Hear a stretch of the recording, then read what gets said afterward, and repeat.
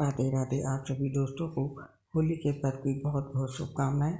इस पोस्ट में हम आपके लिए उन विशेष वस्तुओं की जानकारी लाए हैं जिन्हें होलिका दहन की आग में अर्पित करके आप अपने घर में सुख शांति और समृद्धि ला सकते हैं। साथ ही रोग दोष से भी मुक्ति पा सकेंगे और साथ ही ये भी जानेंगे कि होलिका दहन की आग में शास्त्रों में किन लकड़ियों का इस्तेमाल करना वर्जित बताया गया है।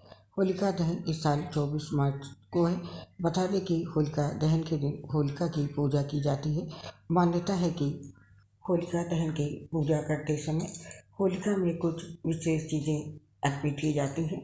ज्योतिष शास्त्र के अनुसार होलिका दहन की आग में कुछ विशेष चीज़ों को डालने से घर से रोग और दुख से मुक्ति मिलती है। ज्योतिष के अनुसार होलिका दहन के दिन कुछ उपाय किए जाते हैं। इन उपायों को करने से घर में सुख समृद्धि खुशहाली और परिवार के सभी सदस्य निरोग रहते हैं। तो आइए दूसराचार से जानते हैं। इसके लिए होलिका दहन की आग में कौन कौन सी सामग्री हमें अर्पित करनी चाहिए। इसके साथ ही ये भी जानेंगे कि होलिका दहन में कौन से पेड़ों की लकड़ियों का इस्तेमाल नहीं करना चाहिए। शास्त्रों में वो कौन सी लकड़ियाँ हैं जो वर्जित बताई गई हैं होलिका दहन के लिए, और ये जानेंगे कि होलिका दहन की आग में कौन सी लकड़ियों को हम डाल सकते हैं और उसके साथ ही और कौन सी ऐसी चीज़ें हैं जो हम होलिका दहन में डाल सकते हैं। सबसे पहले जानेंगे सुख समृद्धि के लिए और रोग दोष से मुक्ति के लिए होलिका दहन में कौन कौन सी चीज़ें अर्पित करनी हैं। कपूर का प्रयोग करें। ज्योतिष शास्त्र के अनुसार होलिका दहन की धधकती आग में कपूर और उसके साथ पान का पत्ता लौंग जलाने चाहिए। मान्यता है कि इन चीज़ों को जलाने से परिवार के सभी सदस्य रोग दुख से मुक्त हो जाते हैं। तो इस बार आप भी होली पर ये कपूर जरूर अर्पित करें होलिका में, और इसके साथ ही इस दिन चंदन की लकड़ी का प्रयोग करें।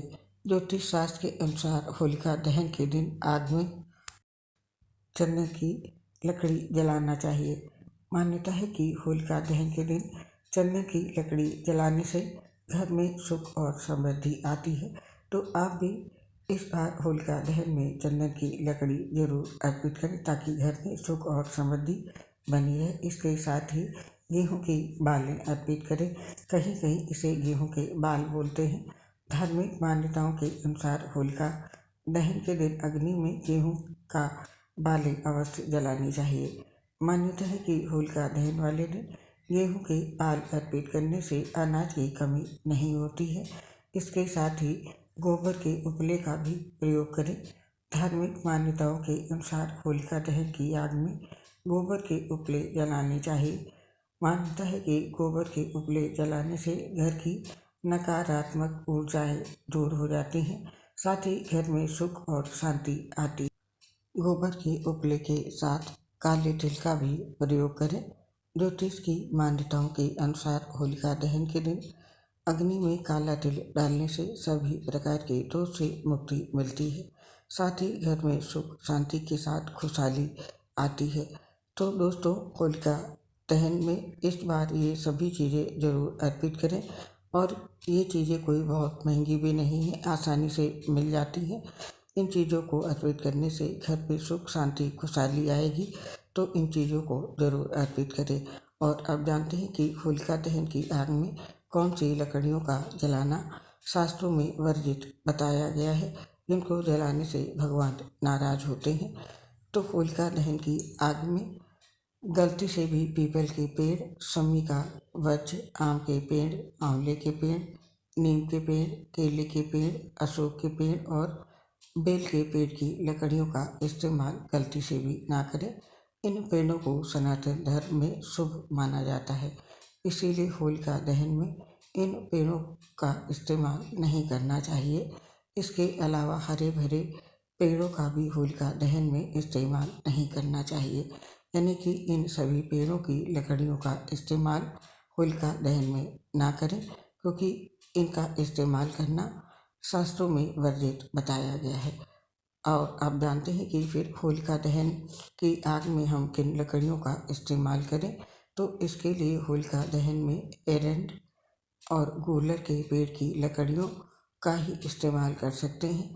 वैसे तो गूलर के पेड़ को भी सनातन धर्म में शुभ माना गया है, लेकिन इस मौसम में गूलर के पेड़ की पत्तियां झड़ने लगती हैं।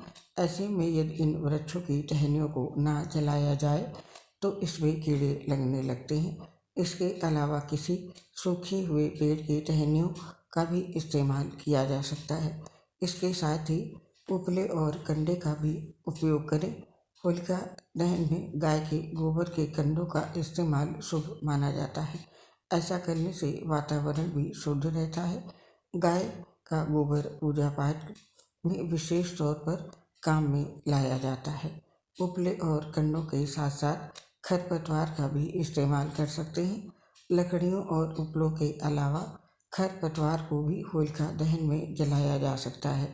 इसकी वजह से अनावश्यक हरे पेड़ों को नहीं काटना पड़ेगा। साथ ही खरपतवार को होलिका में जला देने से आसपास की सफाई भी हो जाएगी। तो दोस्तों, ये थी जानकारी कि होलिका दहन में हम कौन से पेड़ों की लकड़ियों का इस्तेमाल ना करें और कौन सी लकड़ियों का इस्तेमाल हम कर सकते हैं। आप और आपके पूरे परिवार को रंगों के पर्व होली की बहुत बहुत शुभकामनाओं के साथ मेरा प्यार भरा नमस्कार। आप सभी के लिए होली बहुत ही मंगलमय हो, इस उम्मीद और कामना के साथ हम आपसे इस पोस्ट को समाप्त करने की आज्ञा चाहते हैं। आपसे शीघ्र मिलेंगे नई पोस्ट के साथ। तब तक के लिए आप सभी लोग खुश रहें, स्वस्थ रहें और प्रसन्न रहें। होली के पर्व को एंजॉय करें। दोस्तों, आपसे हम अपनी एक प्रॉब्लम भी शेयर करना चाहते हैं। हम लीवर सिरोसिस सहित गंभीर बीमारी से पीड़ित हैं, जिसकी वजह से पोस्ट बनाते समय बहुत दिक्कत आती है। सांस फूलने की वजह से आवाज़ क्लियर नहीं आ पाती है। इसके लिए हमें क्षमा कर दें और अपना सहयोग हमारे साथ बनाए रखें। उम्मीद करती हूँ आप हमारा साथ अवश्य देंगे। आप सभी साथियों का इसके लिए हृदय से बहुत बहुत धन्यवाद।